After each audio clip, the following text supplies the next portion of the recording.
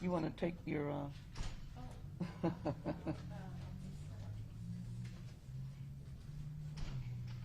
your latest numbers are on the second page of that press release with the big print.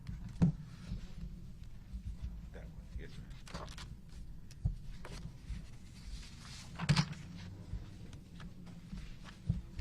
you have this in it.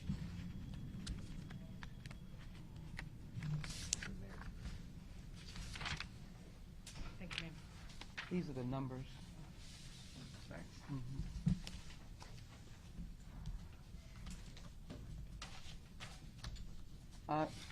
Larry in here? Yes, ma'am.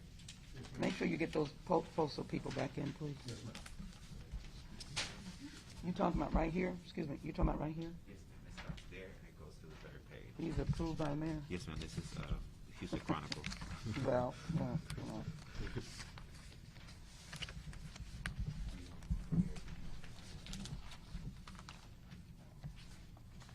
I'm going to do a little tutorial, if you all don't mind.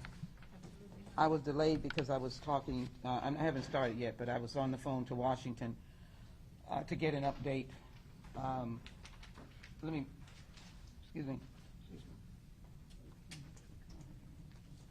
I don't see a sheet. Does anybody have a sheet here for me? Sheet, you have a sheet?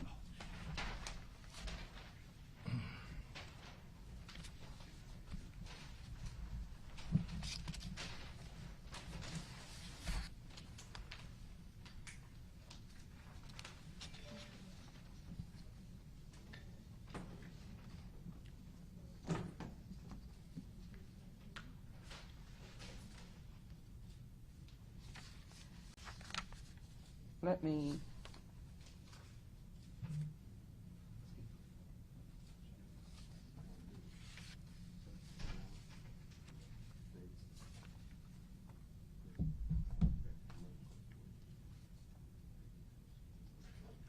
Is everybody ready? Good afternoon. I'm Congresswoman Sheila Jackson Lee. I serve on the Budget Committee for the United States House of Representatives and a senior member of the Homeland Security Committee and on the Judiciary Committee.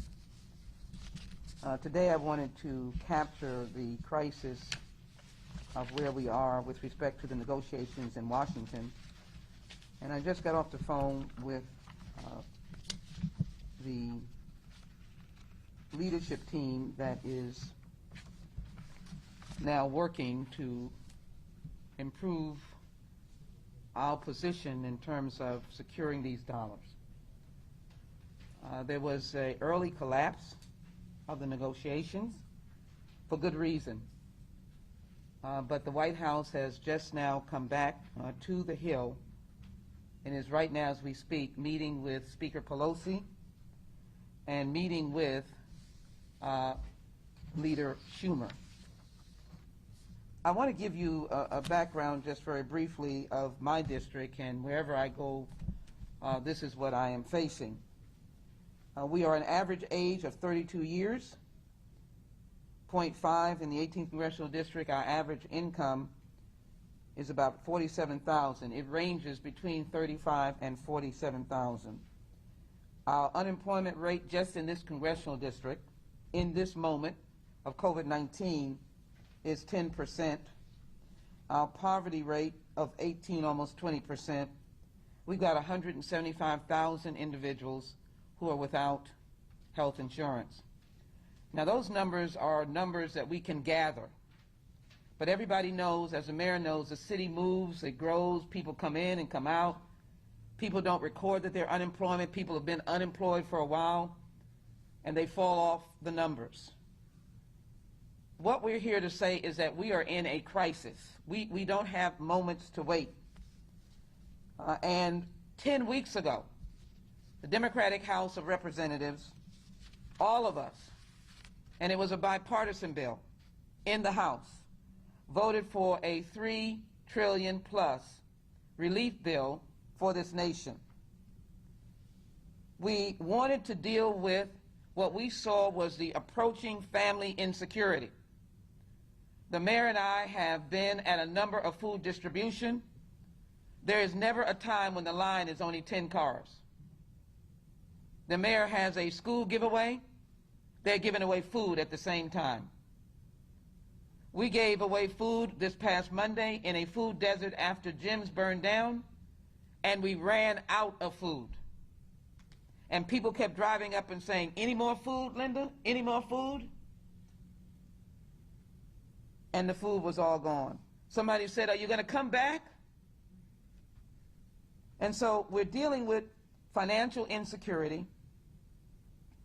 We're dealing with the essential pay. We were planning on giving, not planning, it's part of the bill, to pay essential workers, grocery store workers and transit workers and others, to give them extra money, because if you look at the statistics, they have lost people. They have died from COVID-19. And the other thing is that we were preparing for is our school children going back to school. 3 weeks ago, I was speaking to a pediatric doctor.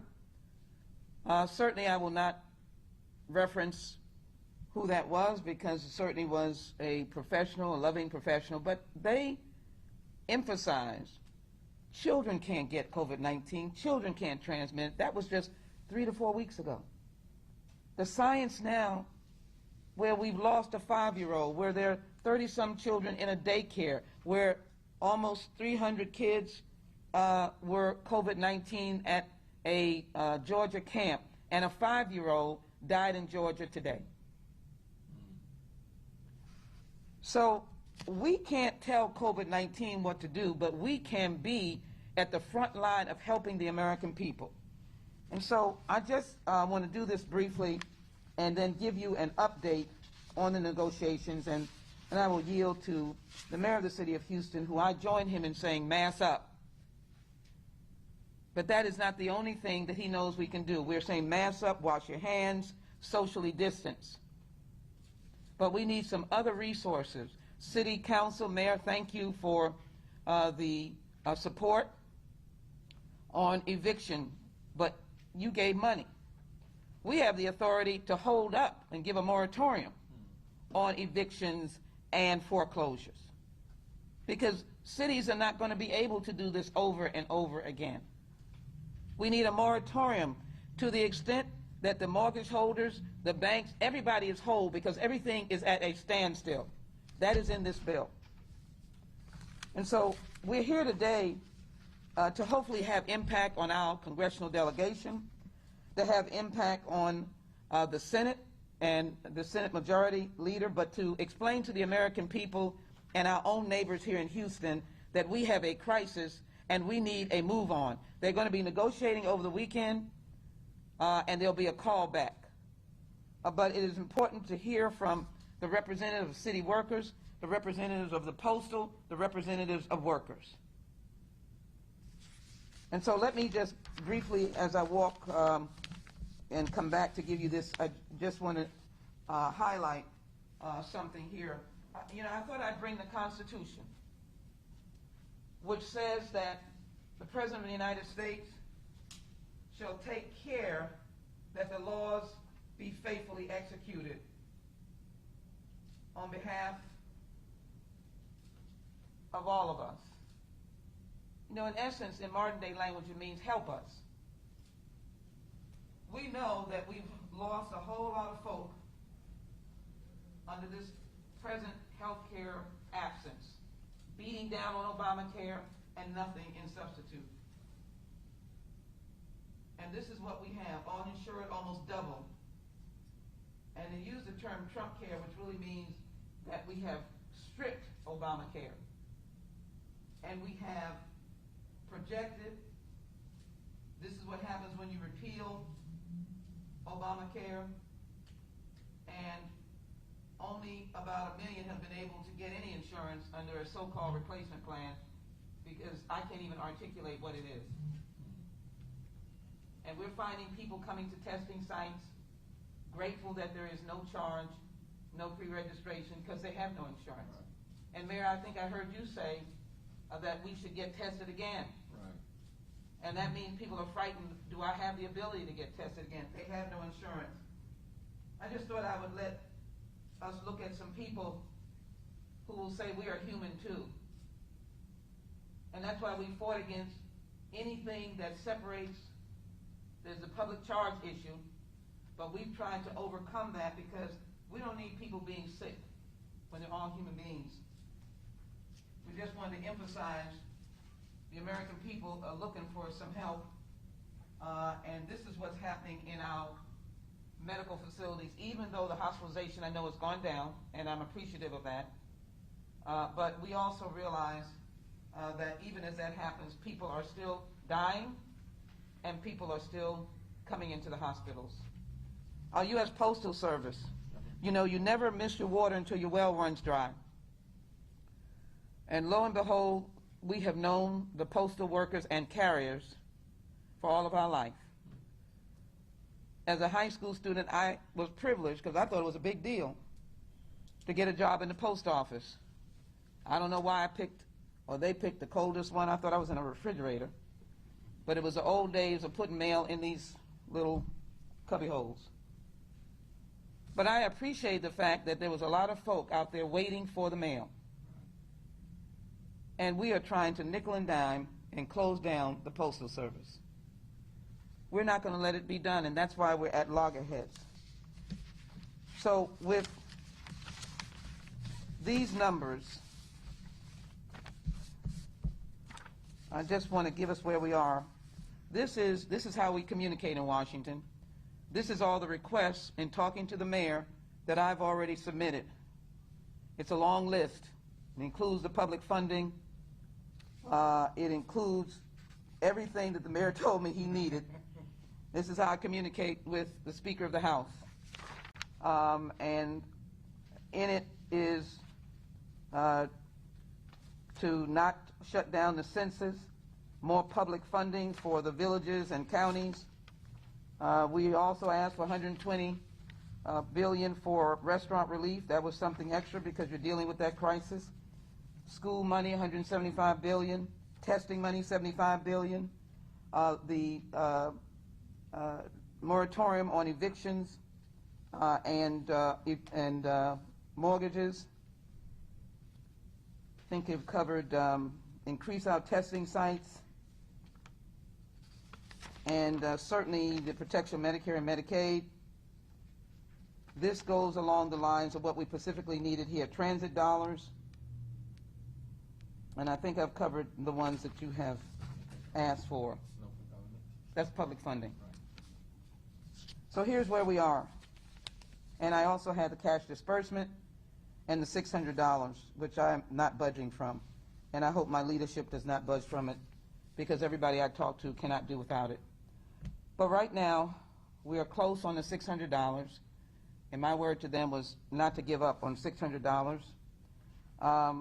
The amount of money we want to give to the states and counties is $500 billion for the states, $425 billion for the cities, towns, and villages directly to you, and that's a total of $925 billion.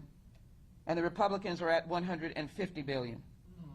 We may be negotiating for a very, very long time. We're trying to get our neighbors to hold on. I don't want them to think that we are doing things to be delaying. But $150 billion to $925, these cities are paying for sanitation, health care. I just came from a City of Health Department sponsored testing site in Southwest Houston. We're doing it all over.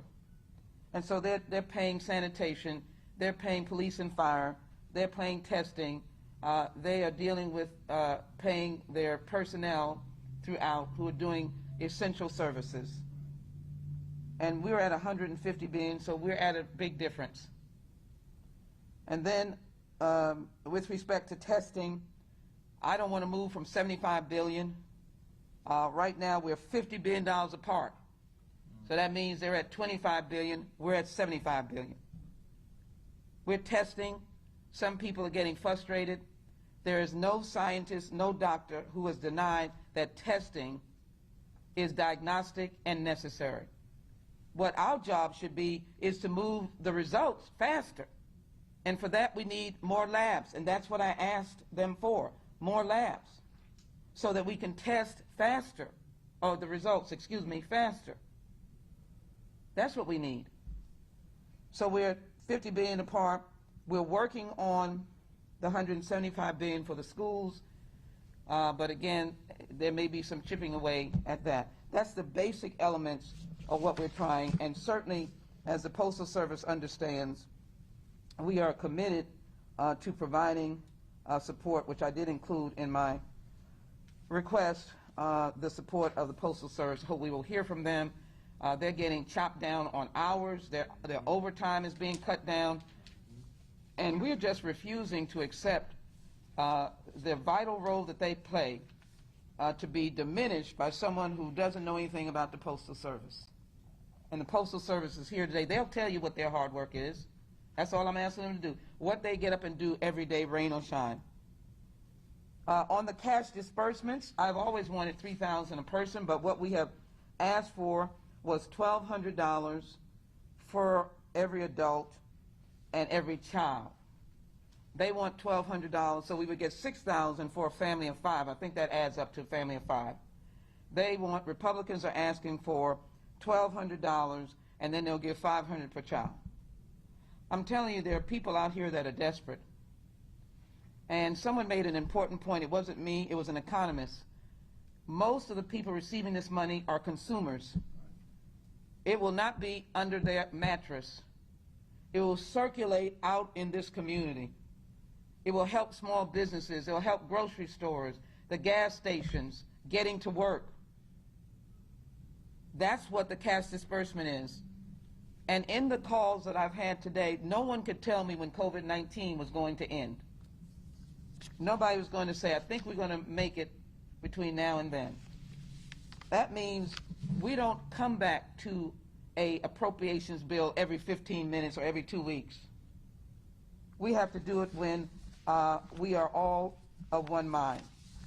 So I'm here today to say that we're fighting. They're negotiating as we speak. This is what's on the table. Our Republican friends, I would just simply ask them to make a call into their district. Senators, make a call into your state. Call Mayor Turner. Listen to some of the civic leaders, workers. Find out about some pain. Look at some of these faces. We're human.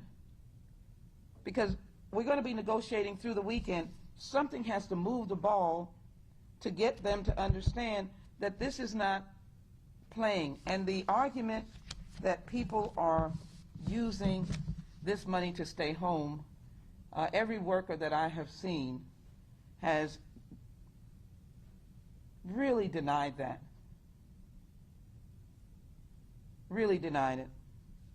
Because we know that there are some people that have had multiple jobs and they don't have any of their jobs. And they'd rather have at least one of their jobs. So I want to make sure that we are responding to my constituents. And we'll go back into phone dialogue going through the weekend. I want to thank Speaker Pelosi and Senator Schumer. We as members are on conference calls dealing with these needs. And I can assure you that what is most important is that the men and women who are working and leading our local communities can stand up and have these communities working in spite of where we are. Thank you, Mayor, for your leadership, and I yield the podium to you, Mayor Turner.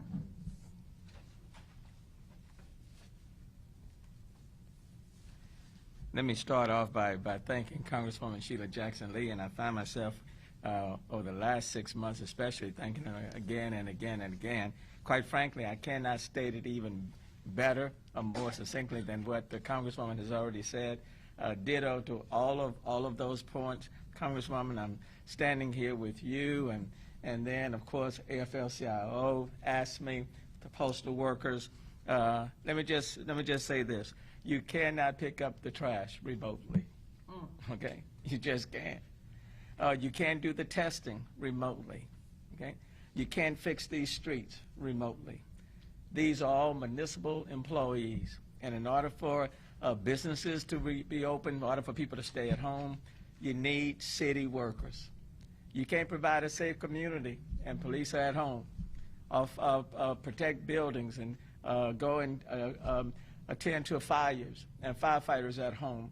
People have to be out on the front line. So let me thank the Congresswoman. Let me just say, hold fast, and I hope the leadership in the Texas House will hold fast as well, because cities cannot do things by themselves.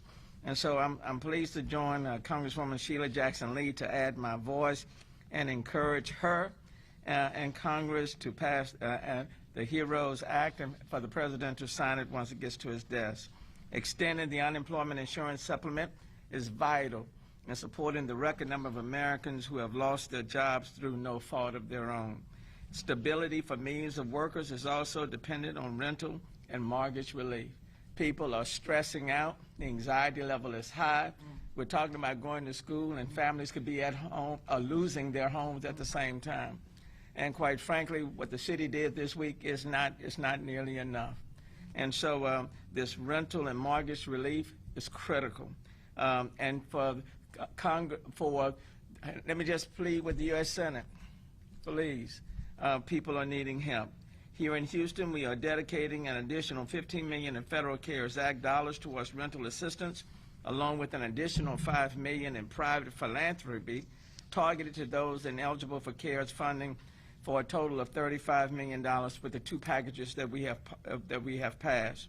And I urge the U.S. Senate and the President to join with the House to adopt proposals from the House Financial Services Committee and dedicate $100 billion to an emergency rental assistance fund and $75 billion to a homeowners assistance fund to avert a looming wave of evictions and foreclosures. Support for state and local government is also critical, given how sales tax revenue receipts have gone down as a result of this COVID. And governments that depend on sales tax dollars are going to be unable to provide services just when the need for those services is spiking. And finally, support is needed for testing and contact tracing. At every press conference that I give, I announce the number of new cases along with the number of reported deaths. This virus is targeting the vulnerable, and that is especially true for communities in color, and that's especially true for people in the Latinx community. The city of Houston now has over 300 contact tracers funded by the CARES Act. Contact tracing is one of the most effective tactics to control the spread of the virus without a vaccine. And we know we must do everything we can, but we also realize that without significant funds from Congress, city efforts are not enough. And so the need is great. I am calling on the state and the federal government to join with the voices of our Congresswoman and others to step up and help, because cities cannot do it alone. I now want to take this opportunity and report today's COVID-19 numbers to the city of Houston, because I think it amplifies everything, Congresswoman, that you have said. Today, the Houston Health Department reports 652 new cases of COVID-19 today, bringing Houston's total to 53,304. But sadly, there are 17 newly reported deaths, bringing the city's total to 543. 17 today, 23 yesterday, close to 18 or so the day before. 13 of the 17 deaths were Hispanic. 3 were black and 1 was Asian. And so I want to express my condolences to these families, and what I want us to know is that this virus is insidious and it's disproportionately affecting communities and people of color. We must bring down the numbers. I've instructed the Houston Health Department and our Health Equity Response Task to concentrate their efforts primarily in these communities that are being disproportionately impacted. The reality is that this virus does not just go away on its own, and we have to take steps to get in front of this virus to manage it. And so we need the help coming from the federal government. I appreciate the support that we've consistently received from Congresswoman Sheila Jackson Lee. I can't thank her enough for her advocacy, her commitment. Look, when she's not in D.C., she's at some testing, food, or mass distribution site in the city of Houston. And so her tireless efforts certainly do not go unnoticed and very much appreciated. But the time exact is yesterday. The need every day gets bigger and bigger and bigger. And let me tell you, without municipal workers, without postal service workers, without police and firefighters and first responders, everything comes to an immediate halt. It just stops. It stops. And so we simply need to remind people that people are hurting, their pains are real, and those pains are not going to go away without the support that we desperately need. So thank you, Congresswoman. I look forward to continuing to work with you. Thanks for taking my phone calls late at night, and I appreciate your texts and phone calls at 2 and 3 o'clock in the morning. Thank you very much. Mayor, before you step away, can I ask you one question, and the Congresswoman can follow up on this as well. You're talking about the city cannot function without its first responders. Tell me how there's $1 trillion that is proposed for state, cities, counties to help with that. Tell me what situation that the city of Houston would face if that money were not to come through. Is it possible layoffs would be imminent? Yeah, you know, we barely averted the layoffs the last time around, barely. And that was because, quite frankly, of the CARES Act dollars that we received. And I certainly want to thank the Congresswoman and others for making that possible. But the CARES Act dollars don't replace the revenue. So we've lost over $100 million in sales tax. The CARES dollars don't fill that hole. The reason why we were able to avert the layoffs this past time is because Congress gave us the ability to redirect some of those dollars when we deployed our resources for the contact tracing and testing initiatives because of the virus. So we were able to utilize those dollars for the deployment, not for revenue, not to fill the revenue gap. That was then. Now, when it comes to the actual revenue that will be coming in or will not be coming in, without the additional dollars to fill the actual revenue hole, you're going to impact police, fire, municipal workers. All of those areas will be impacted. And so the budget going forward is going to be very challenging, and not just for the remaining of this calendar year, but for the next 2 years. We're going to be facing some significant challenges. And I want people to bear in mind, you know, when we say stay home or people go home, you know, that doesn't mean that the garbage stops. Quite frankly, what we have noticed, when people go home, Right. they're cleaning out their homes. Our solid waste workers are working over and above. And let me tell you something else. They are not immune to this virus. No.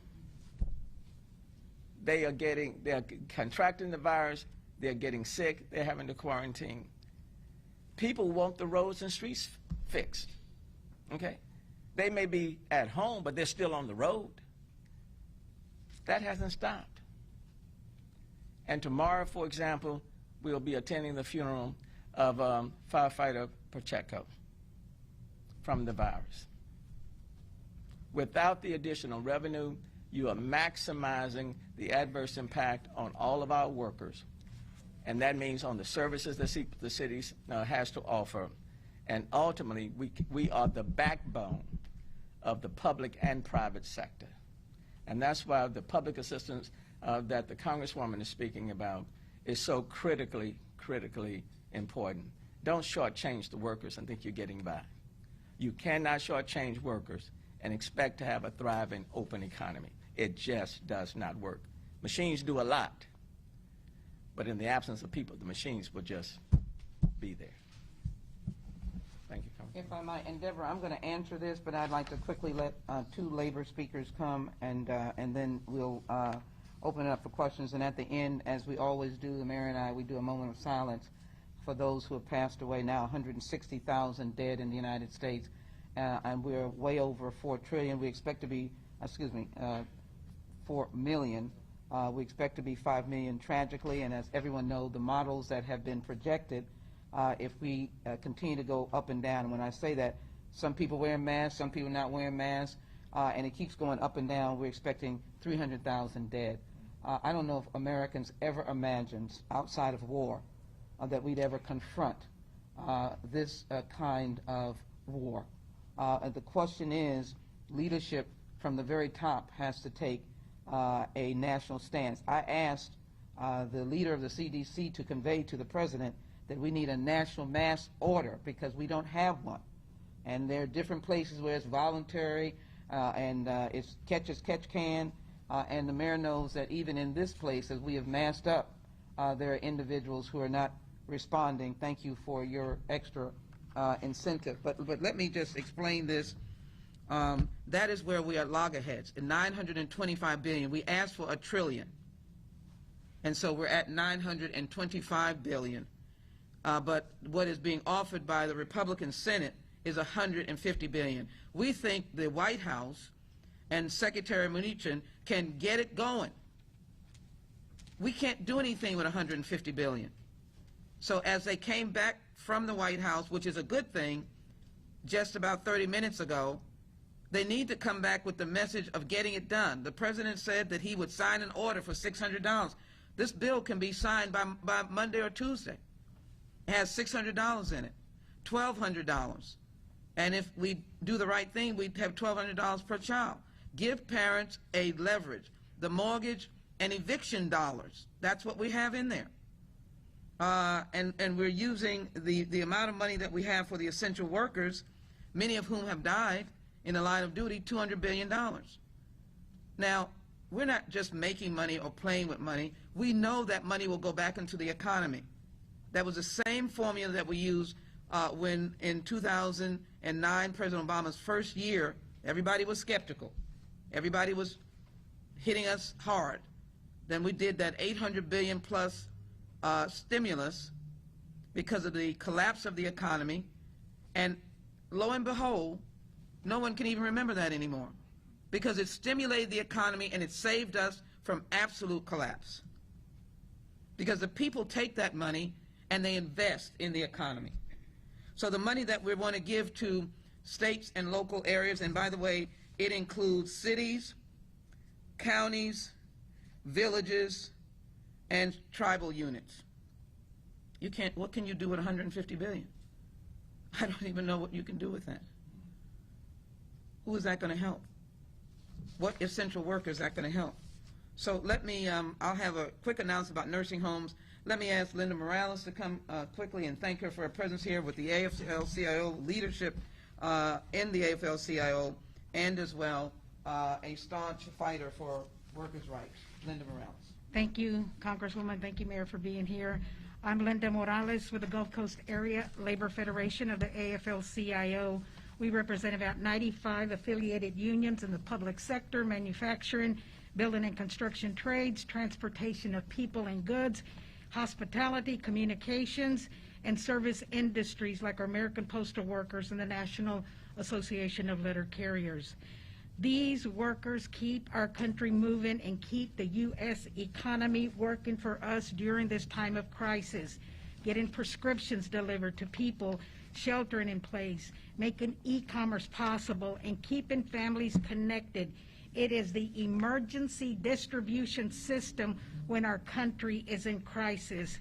But at this unprecedented time, that work is under threat.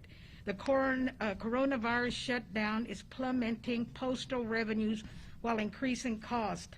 The Postal Service could run out of money, and the Trump administration is trying to leverage the crisis to sacrifice our public postal service at the altar of private profit.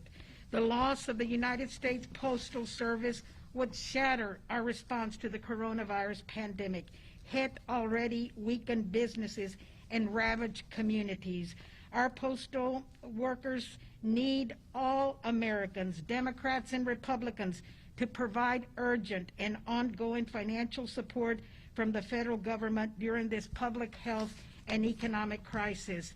Many of those workers are black, brown, veterans, female, and the loss of this diverse workforce could devastate thousands of families, send many to the employment lines, food distribution lines, and possibly homelessness. We ask our Texas senators to stand up for the Postal Service workers, and for all union members caught in these hard times. Today, yes, it is us, but tomorrow, it could be Cornyn and Cruz. Please, join us in this effort. And I want to thank my brothers from the Postal Service, Mr. Brother Davidson and Brother Ferguson, for also being here as well. Thank you, Congressman. Thank you so very much. And we will call on Brother Dawson to come forward and say a word with the American Postal Workers. And thank you. We've seen postal workers injured. We've seen postal workers shot. These gentlemen, ladies, are on the front line, and as I said, I've had personal experience. And we thank you. And in this work that we're doing here, and working with the President, we are working to stand up the Postal Service as it should be to serve the American people, as you've been doing. Thank you so very much. Thank you. First, let me say it's a pleasure to be here, and thank you for the invite. I really appreciate it. Thank you very much.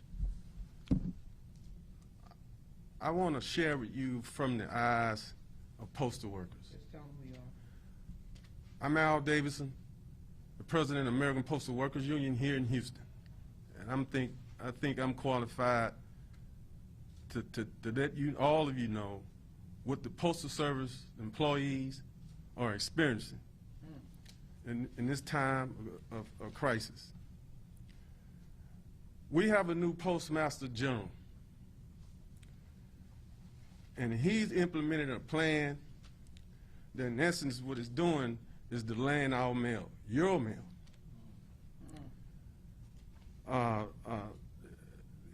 He also has an agenda to eliminate all the overtime hours, and what you don't see is the elimination of machines that's inside of the plant, the postal plants, that they're removing. We have no idea why he's doing this.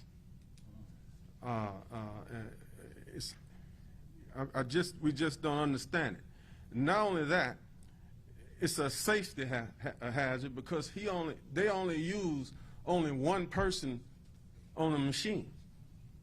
That's what the machines that's currently there, when it should be two. That's a safety hazard. That is a violation of our collective bargaining agreement. This new postmaster to postal workers is changing the behavior of the people. Our postal workers, we take pride in what we do. They take ownership of what they do.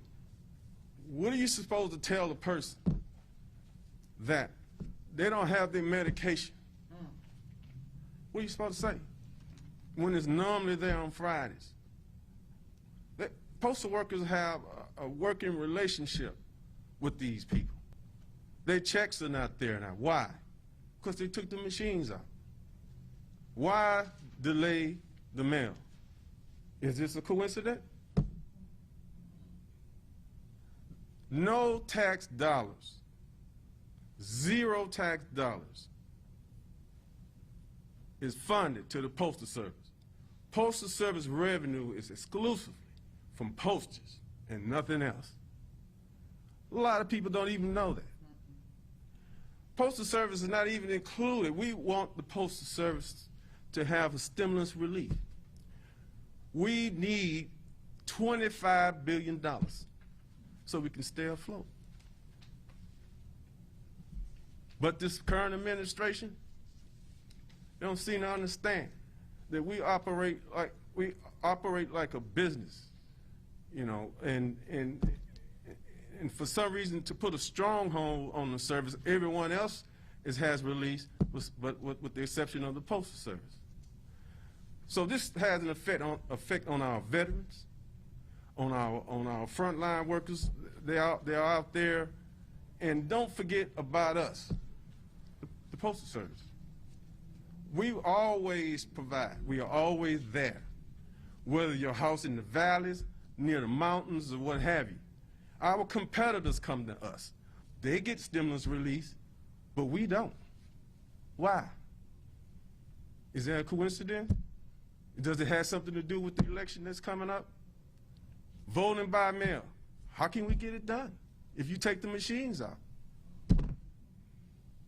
How are you going to get it done? And the people just don't understand, the postal workers, what is going on.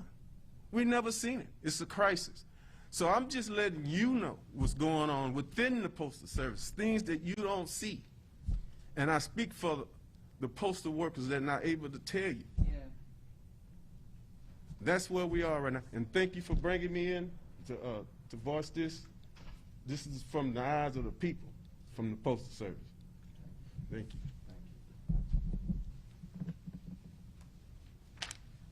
Let me ask, again, let me emphasize, and thank you very much. It's important to take note of the fact that we're standing with the Postal Service and wanting to put that $25 billion in. We didn't discuss census or vote by mail. We're here to speak on the crisis of the HEROES bill, but I'll speak the obvious is that we will not be able to finish our census appropriately, nor will we be able to engage in what I believe will be the largest utilization of mail by ballot, which every voting person has a right to do. And county officials have called me with great concern. They are fearful of what they're hearing from Washington about the cuts in the Postal Service. And let me just say this. They are saying to me that they may have to do private contracts. Does that make any sense? No. Private contracts to get people's mail to move or to get the mail ballots to move. They're calling in fear. We need to provide the $25 billion, and each one of these individuals that have come forward, Linda Morales, have had COVID-19 amongst her membership, and they've died. The postal workers I know have had COVID-19 among their membership, and they have died. These are frontline workers. So why we are pushing in this negotiation is because we cannot abandon the frontline workers and their families. And I wanted to make sure on the national level, I said almost 5 million, 4.89 million, and 160,000 dead. But you know what is so frightening? It was 153,000 at the beginning of the week. We're having spikes of the largest amount of people that are dying. So let me, before we go to questions, provide an opportunity for the executive director of ASME. I call him the green shirts. As she comes forward, let me just get your name, my good friend. Willie Ferguson. That Brother Ferguson is here, Postal. I'm the president of NELC. Thank you so very much. Good to see you again. NELC and Ricky Dubois, vice president. Ricky Dubois, I'm the vice president. Ricky Dubois, the vice president. Thank you all so very much for your service to the nation. Cynthia Cole, who represents all of these city workers and in the county health system as well. And I know without even speaking that she has seen the number of deaths and of course her health care workers are first responders, and we thank all of them throughout this city, public and private, for saving lives. Thank you. Good afternoon. I'm Cynthia Cole, Executive Director for ASME 1550. Thank you, Congresswoman Sheila Jackson Lee and Honorable Mayor. I want to just take 2 seconds to say Congresswoman was on top of this in February. I stood with her, and she talked about what was getting ready to happen. Everybody got a little confused. We are in some scary times, and we are also in some renaissance times. You can't tell me that in the United States of America, nobody can come up with any way, an idea, before we come up with some way to stop this virus. In Houston, I do have the opportunity, and it's a tiring opportunity, to represent the people who work at Harris County Hospital District doing business as Harris Health Systems, and I'm going to tell you on a daily basis, my heart is broken because sick people can't take care of sick people. So we need some money, and we don't need you to think about it. While you're thinking about it, people are dying. People are getting sick. Children don't have parents. If you don't have parents, then can't nobody take care of them, and then can't nobody teach anybody if them children don't have anywhere to go. Why are we even having a discussion in reference to whether or not we need to go ahead and fund postal services? Stop that. Wake up. I feel like I'm living in somebody's comic book. Like there's some mad scientist at the top of the hill saying, ha-ha, we're going to take over the world, and create some kind of dynamic craziness. I apologize if I'm yelling. I'm a little passionate, if you don't know. Stop. People that are there who can vote in Congress, please include the money. We are a very wealthy nation. So you mean to tell me in 2019 and 2020, all of a sudden we broke? Your profits didn't look like that over the last 5 years. Stop. You can afford to pay the money. Do not compromise lives based on position or opposition of profit. Money makes money. You get rid of all the postal workers, and then what? You increase where you can't have no money. People can't pay bills. People don't have nowhere to live. I'm going to tell you all a little something. You can be hungry, but you think better when your tummy is full. You can be angry, but you think a little better when you don't have as much stress because you can pay some bills. A little something goes a long, long way. Nothing can't take you nowhere but to nothing. So I am going to challenge those individuals, Republicans, who feel like this is not a crisis that you need to respond to. Your billions will not be profits if ain't nobody buying nothing. Just saying. And guess what? Email is great till the electricity go out. Then what? You ain't even getting email. So I'm just going to say to you all, and anybody that's a Republican is trying to figure it out and you waiting on it, stop that. Lives matter. People matter. Get it done. Oh, there's a pain.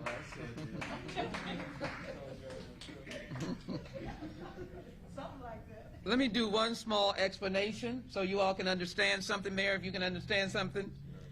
I want to give recognition to the Texas Employment Commission. They just mechanically doing what they do. And they've answered concerns and they've given money. But let me tell you what the problem is. If we change the money, it won't be an automatic distribution. If we give them the 600, they just go out. If we change it to a lower number, they have to change their calculation, and it will take them a huge amount of time to be able to configure it to the new money for the individual totals that go to individual people. Tell me if that makes sense. Tell me how much money they will spend doing that. Tell me how many people will be desperate if they have to wait because there has to be a new monetary calculation. Cynthia Cole is right. It'll be a worse situation if we are required to change from $600 to something worse. And that will be our state doing their best, but they will not be able to just hand a check out. They have to compute it to be in the amount that they send to each person that is unemployed. So this is a heavy burden, and we will be engaging with each other over the weekend. I use these to listen to all of you as to what is going on. You have a great deal of support for the $25 billion to the postal workers and NELC. Thank you. And Mayor, your U.S. Conference of Mayors have been, along with your leadership, have let members and the Senate know. I would ask you publicly to give them another call up for another call over the weekend. It's going to be, it'll be very, thank you very much. It'll be very, very important because this is not where we should divide. I said I had an announcement. I do want to give, I don't know if the mayor is aware of this, that we have a difficulty, but we have sent test kits to 15,000 nursing homes. We saw the tragedy of 16 people dead in Fort Bend. The difficulty is that we're not getting it to all of the nursing homes. There are 15,000 nursing homes, but my petition will be to what is happening in Texas and whether we are getting all of the nursing homes. But that means they will be doing the rapid test on site. And so I want to follow that up with saying that I believe We need the $75 billion in testing, and I'm going to be asking that some of those dollars be used to help our school districts test our children. Now, they need to test it according to their science and advice, their pediatric counsel. But the problem that we are seeing across the nation is parents are frightened, children now are getting frightened. How difficult it is if we can test our beloved sports teams that we can't test children as appropriate, age appropriate, to be able to help these school districts. And I continue to reinforce my desire that we take at least a 2-week stay-at-home order. Obviously, it's getting later and later, but that we give the authority to these local officials to make a decision. Yes, the numbers are going down, but you know, we can go to a point where they go down and we just stay at 17% infection rate. We can just stay there. And the mayor just said to me, it's going up. The deaths are going up. And let me be clear, people who are dying are leaving behind young children and families. They are breadwinners. And as the mayor indicated, we will be attending, tragically, I think, another firefighter's death. And the sheriff department has lost individuals. These are first responders. So the deaths are going up. It's going to go across to all of these. These are our community members, our beloved community and neighbors. So we really don't have time to waste. The nursing home is an example of what can be done by the federal government. All of a sudden, you've been sending test kits to 15,000 nursing homes. I would have preferred that on March 1st. But you're sending them. So can you not help schools? Can you not vote quickly on the $175 billion? Because some schools may want to put up independent buildings that allow for social distancing. So I'd be happy to open it up to questions, if there are any at this time. Congresswoman, it said that all politics is local. I know we're talking about a national issue, but how would you sum up the local situation and the necessity, you think, for the larger aid package? Well, you just take my district as a small segment of the population, and we're at 10% unemployment level. Multiply that, congressional districts, multiply that by 6 congressional districts, up or down a point or two. That means that across the board, we have minimally 10% of people unemployed. That's a whole lot. This is a big community. So as it relates locally, it's important to take note that we have unemployed persons, and unemployed persons may be breadwinners, and they impact families of 2, 3, 4, 5, 6. In addition, we have a number of people who are uninsured, don't have health care. So for other sicknesses that they may have, they may not be able to access the medical system, except for the public health system. We are seeing the food insecurity. When people are not working or people have less income, you see people needing food. And though grocery stores are open, the food bank will tell you that they are never lost for business. There's a distribution probably every day in our community.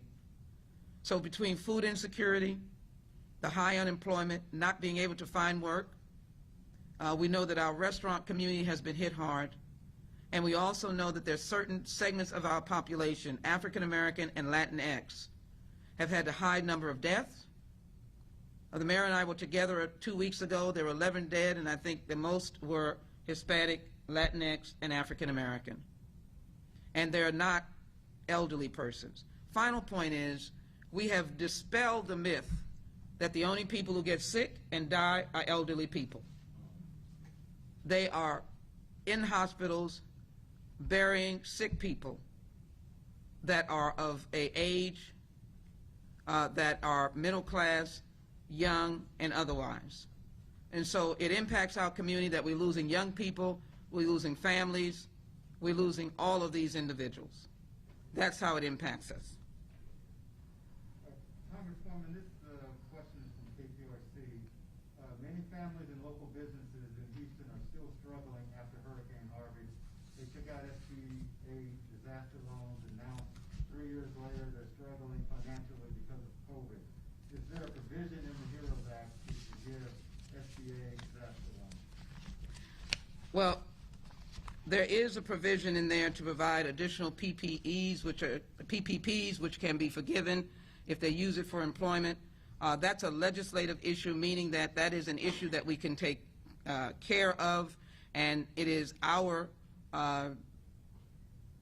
decision and our determination that as we look across the nation to see that that creates a problem, but in particular in Hurricane Harvey, we will look for the ability to put a moratorium on those repayments and to also delay those repayments. Because we do know that now it's mounting on top of people who've had these loans, the SBA disaster, and then may also be getting the PPP. It's our intent to find some relief for these individuals. What I would say to them is that anyone who has that predicament, please call your member of Congress. If you have a loan that is due, please call your member of Congress for their office to be able to work through your repayment process.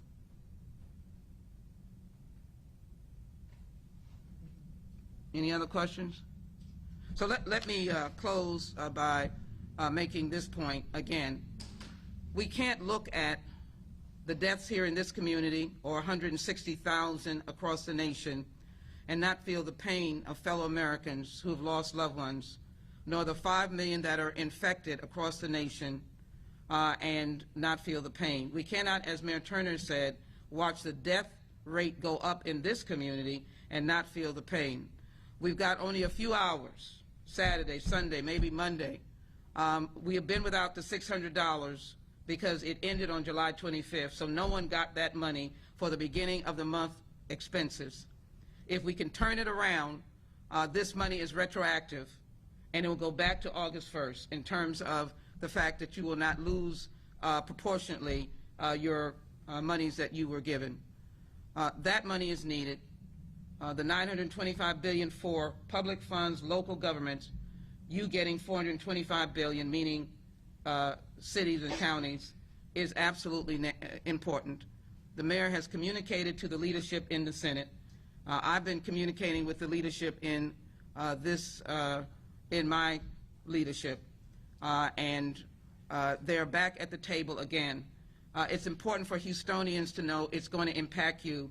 And so whoever you know in the Congress that is your member of Congress, ask them to urge an immediate resolution of the HEROES Act to give them that information. Let me also announce, I thought I'd ask for the flyers to come down, but I guess they did not come down, on the churches that we're doing tomorrow. And so I can hold it up as a show and tell. And we're doing St. John's, a historic St. John's Baptist Church on emancipation. And I always like to say we're doing testing in areas where there is both Hispanic and African Americans, but also senior citizens. We're hoping people will walk up in the Third Ward area. And we thank Pastor T. Grant Malone for opening up his doors. And then we're doing testing way out by the airport at Lighthouse, and that is way out in that area, which is semi-rural, and we're doing that for 2 days, which is Saturday and Monday, 9 to 4 on Lighthouse, 10 to 5 in Third Ward. All of these places have a diverse population that we hope they'll walk up, they'll drive up. We hope they won't get tired of being tested because it's saving lives. It is a diagnostic tool. I want to take this moment to, for all of us who have faith, to be able to thank those that we believe in, whoever our respective faith leads us. We want to thank them, thank our faith for the grace and mercy that it is bestowed upon us. And at this moment, we want to take a moment of silence to honor those who've lost their lives.